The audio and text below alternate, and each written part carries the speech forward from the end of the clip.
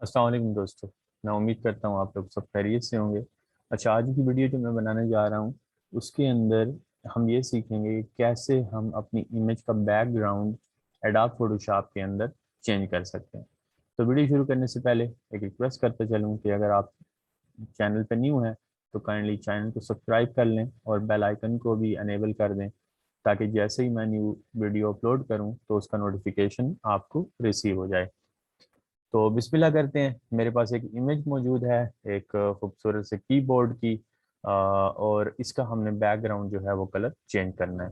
तो सबसे पहले आपने यहाँ पे आके इस सेक्शन में यहाँ पे मैजिक वांड का जो टूल है, ये वाला आपने मैजिक वांड टूल जो है वो सिलेक्ट करना है। सिलेक्ट करने के बाद आपने यहाँ पे क्लिक कर देना है। और जैसे ही मैंने क्लिक किया तो अगर आप देखें तो इसने जितनी भी वाइट सिलेक्शन थी वो सारी की सारी सिलेक्ट कर ली है। अब इस वाइट के अंदर हमने कलर जो है वो ऐड करना है। तो अब आपने क्या करना, यहाँ से ये राइट क्लिक किया और पेंट बकेट टूल जो है इसको आप यूज़ कर सकते हो। उसके लिए पेंट बकेट टूल, इसके ऊपर मैंने क्लिक किया, फिर आपने इसको कलर की सिलेक्शन करवानी है।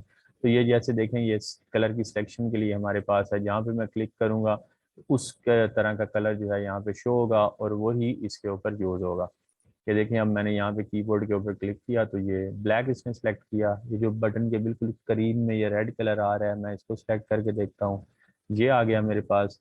ये दूसरा कलर इस साइड पे है, ये वाला यहाँ पे शो हो गया। या फिर इसमें अगर आप देखें, थोड़ा सा मैं इसको मूव कर दूँ तो ये वाला कलर जो है हम सेलेक्ट कर लेते हैं। ठीक है, थोड़ा सा कोई पिंक के करीब करीब है। इसको मैंने ओके किया। ओके करने के बाद जैसे मैं इस वाइट एरिया के अंदर इसको क्लिक करूंगा तो हमारे बैकग्राउंड के अंदर जो कलर हमने सेलेक्ट किया वो ऐड हो गया। कंट्रोल डी दबाकर आप इसकी सिलेक्शन को ख़त्म कर सकते हो।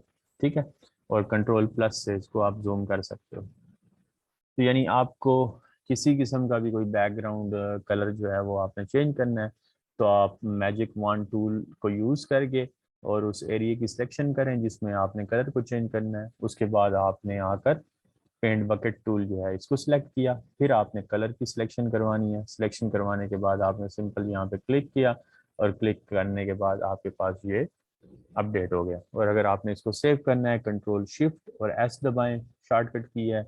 और फिर यहाँ से आके अगर आप इसको पीएसडी फॉर्मेट में रखना चाहते हो, जे पैग में रखना चाहते हो, या जो भी फॉर्मेट आपकी रिक्वायरमेंट के मुताबिक है उसको आप सेलेक्ट कर सकते हो। मैंने जे पैग सेलेक्ट किया, इसको सेव करें और ये आपके पास सेव हो जाएगा। तो दोस्तों, उम्मीद है आपको वीडियो पसंद आई होगी। अगर वीडियो अच्छी लगी तो लाइक कर दीजिएगा, दोस्तों के साथ भी शेयर करिएगा। अब तक के लिए इतना, इंशाल्लाह अगली वीडियो के अंदर मिलते हैं। अल्लाह हाफिज़।